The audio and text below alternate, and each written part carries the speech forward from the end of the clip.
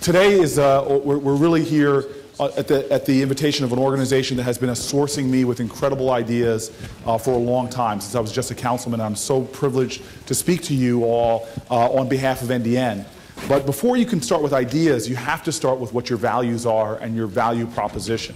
And I need to just explain what we are thinking about in the city of Newark, New Jersey as our values. And the most fundamental value is something that is continually reaffirmed to me by people in the community every single day, it seems. But when I was just a young Yale Law School student, I was coming down to Newark, starting to volunteer, having these grand visions of changing the world. And I met the most amazing woman. My mom used to always tell me when I went to Stanford and Oxford and Yale, she said, boy, never forget you can learn more from a woman on the 5th floor of the projects than you ever can from one of these fancy professors. And in my first efforts in Newark, when I moved into a small apartment across the street from some high-rise public housing projects or low-income housing projects, people told me I had to meet the tenant president if I wanted to get involved. And I walked to her, and frankly, I knocked on her door with a lot of youthful arrogance and said to her, hey, ma'am, I'm here to help you. I'm from Yale Law School, yada, yada. And she looks at me and she says, okay. And she says, you want to help me? I said, yeah. She goes, well, first you gotta come with me. And she drags me down a set of stairs into the middle of a street, wheels around and looks at me and she says, now tell me what you see around you.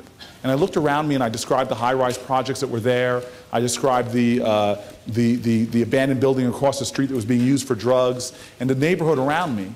And she looked at me after I described it and she says, you could never ever help me. And I looked at her and I said, why? And she starts walking away and I ran after her and said, please stop, why can't I help you? And she looks at me hard for a moment and she says, boy, you need to understand something. That the world you see outside of you is a reflection of what you have inside of you. And if you're one of those people that only sees problems or darkness or despair, that's all there's ever going to be. But if you're one of those people who sees hope, opportunity, love, or even the face of God, then you can be someone that helps me and makes a difference. And she walked off, leaving me there.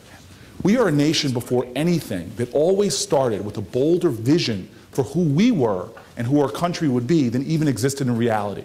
My parents used to always tell me that we were a country founded in perfect ideals, but a savagely imperfect reality.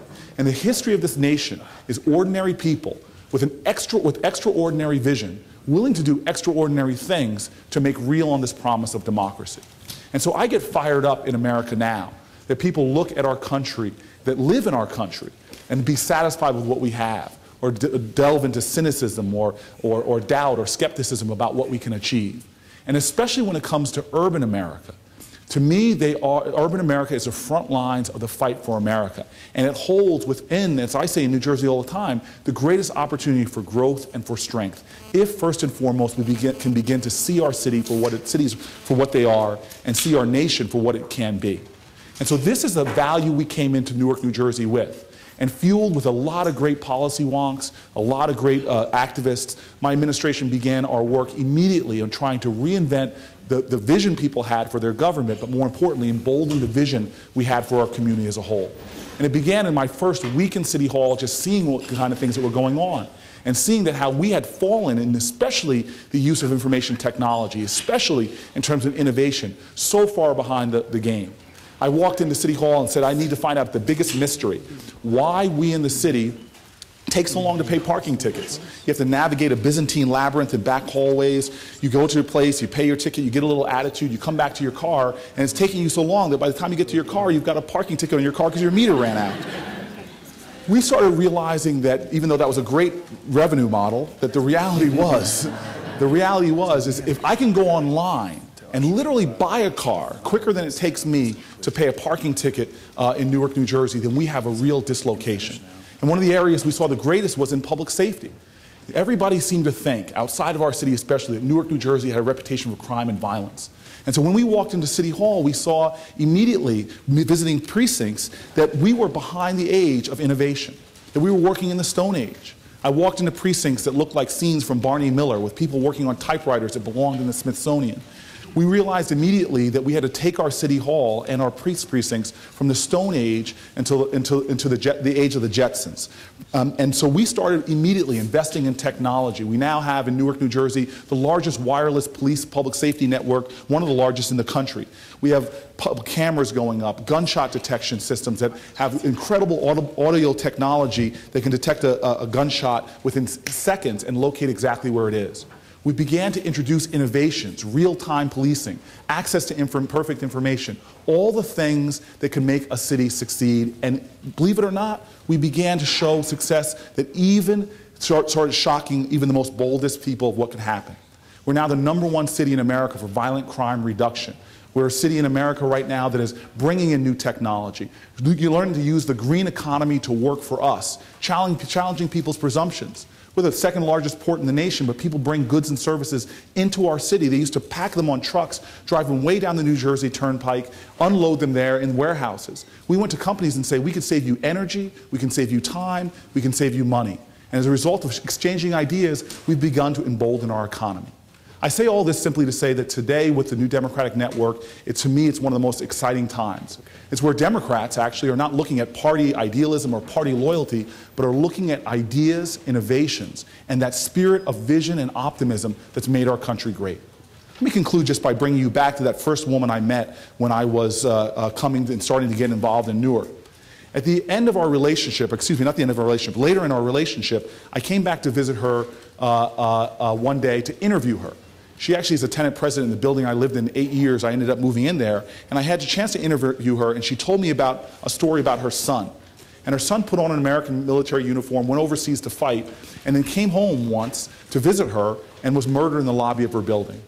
And she told me this story, and I was so shocked I didn't know what to say to her. I looked at her and I said the first thing that came to my mind, which was the fact that I knew where she worked, I knew where she lived, and I knew the money that she makes. She and I were two of the people that paid market rent to live in these high-rise projects.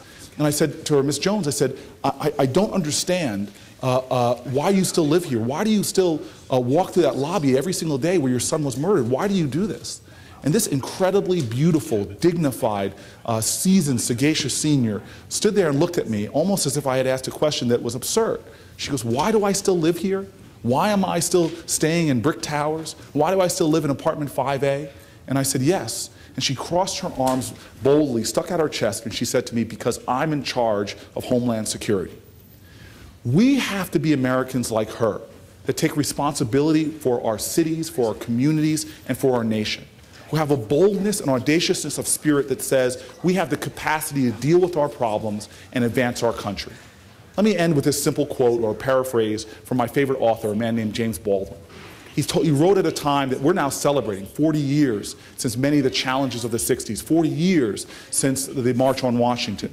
But he wrote in a very despondent way, poignantly writing about the problems of our nation, about the divisions, about the fissures, about the things going wrong.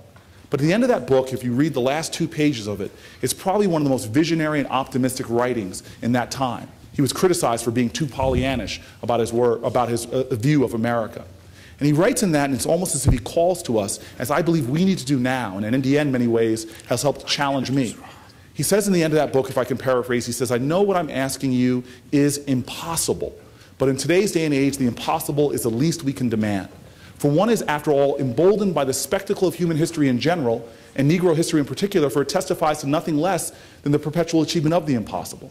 And if we, and by we I mean the truly conscious blacks and the truly conscious whites who must, like lovers, come together and insist upon or create the consciousness of us all, we will reinvent our country.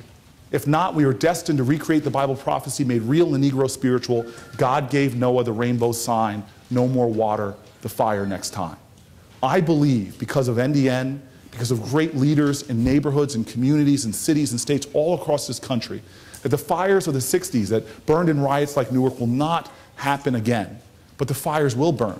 They won't be fires of hatred and of division and of cynicism and doubt, but they'll be fires of hope, of opportunity, the very torch of the American dream. That is our responsibility. We inherited that kind of legacy.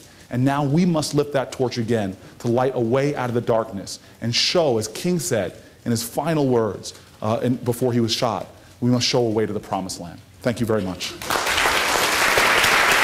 Thank you.